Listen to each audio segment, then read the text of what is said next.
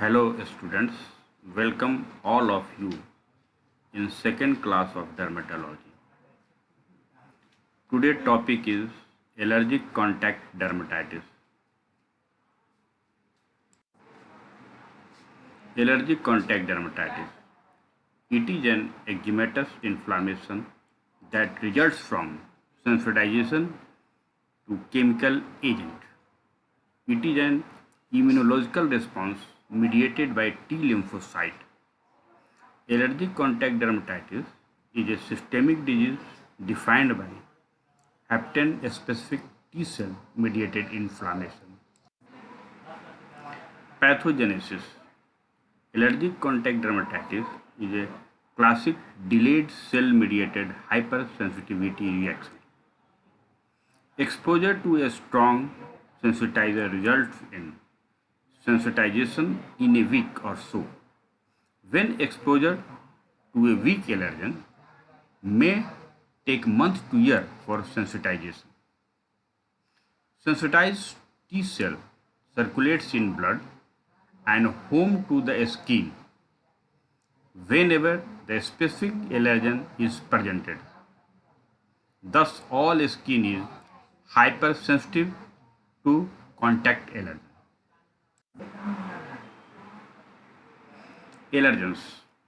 Contact allergens are diverse and range from metal salt to antibiotics and dye to plant product. Thus, allergens are present in jewelry, personal care product, topical medication, plants, house remedies, and chemicals. There are a long list of allergens. Some common allergens are nickel sulfate, which is present in jewelry, metal in clothes, neomycin sulfate, which is present in antibiotic cream and ointment, balsam of Paris, it is a tropical medication, fragrance, it is present in deodorants, thimerosols, present in antiseptics, sodium gold thiosulfate, present in medication, formaldehyde, present in disinfectant, pesticides, quaternium 15, present in disinfectants, bacitracin, present in ointment and powder, cobalt chloride, present in cement, galvanization cooling agent, eye shades. Poison ivy or poison ox, it is present in plant. Now come to clinical feature. Age. It is present in any age group. All age but uncommon in young children and individual older than 70 years. Site anywhere in body. Symptom intense pruritus and pain. This is the main symptom, intense pruritus and pain. Lesions. In acute allergic dermatitis, you find erythema, papule, vesicles, erosion, crust, and lastly scaling. In chronic allergic contact dermatitis, you find papules, scaling, lichenification, and excoriation. This is the figure which shows the natural course of allergic contact dermatitis. This is very important figure. You all students always try to remember it. Now come to diagnosis. First, by history of disease and clinical finding. Second is histopathology may be helpful. A test which is known as PSTAT is very important here. It is the best means of confirming the cause of allergic contact dermatitis. This test is performed by applying non-irritant concentration of suspected allergen under occlusion to normal area of skin, usually on the back. The development of delayed reaction, erythema, edema, vesiculation after 48 hours indicate that the individual is allergic to that substance. The tests are generally read at second day. The results are usually read as negative, questionable, weakly positive. Here you find only erythema, moderately positive. Here both erythema plus edema, and last is strongly positive. Here you find vesiculation. Note, it is very important. The result may be false positive due to use of too high concentration of antigen or due to angry back syndrome, a phenomena in which many non-specific reactions occur as a result of hyper-irritable state of skin.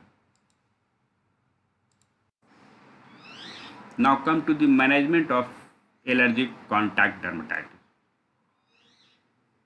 First important is identify and eliminate the cause. Although therapy does not alter the natural cause of disease,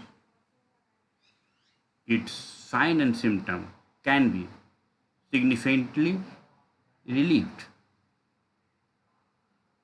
Methods are wet dressing with towel soaked in cold water, applied for 20 to 30 minutes 3 times a day, followed by application of potent steroid cream, oral high dose of prednisolone 1 to 1.5 milligram per kg body weight may be needed.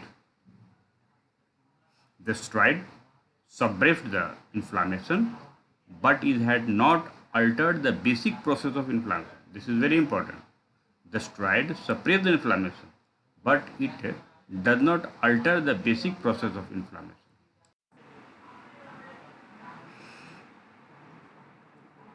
Here I also put a figure which show the course of treated allergic contact dermatitis. When you give treatment to a patient suffering from allergic contact dermatitis, you find this type of course of the allergic contact dermatitis. This picture is also very important and always try to remember it.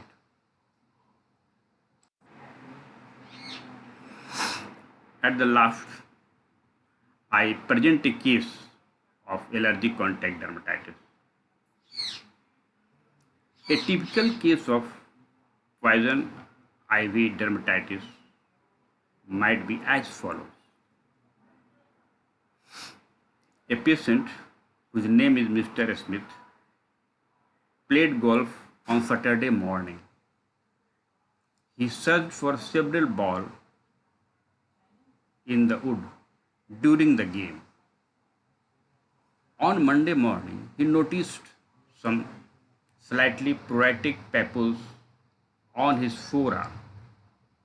Realizing he may have contacted poison ivy, he applied some medicated cream from the bathroom cabinet. By the next day, the dermatitis was worse, and he physician A, who prescribed 1% hydrocortisone cream. The dermatitis continued to worsen, and he again saw physician A, who then prescribed another cream. Because the condition, because the condition continued to worsen, he next consulted another physician, physician B, who prescribed oral antihistamine and another cream. When still no improvement occurred within several days, he consulted with another physician, physician C. That physician C prescribed another cream with the assurance that the rash would be better within few days. When the improvement occurred, as promised by physician C, Mr. Smith told his friend that Dr. C really knew his stuff and diagnosed the disease, but is cured because ACD is self-limited disease and subside at appropriate time of its course. Here I put a figure which show the case presentation in a graph form. You also remember this figure. Here at the left I put some picture. First picture is allergic contact dermatitis on the lip caused by lipstick. At the right hand, second picture, it is allergic contact dermatitis of hand. Below picture is allergic contact dermatitis caused by poison ivy, and at left airborne allergic contact dermatitis of the face.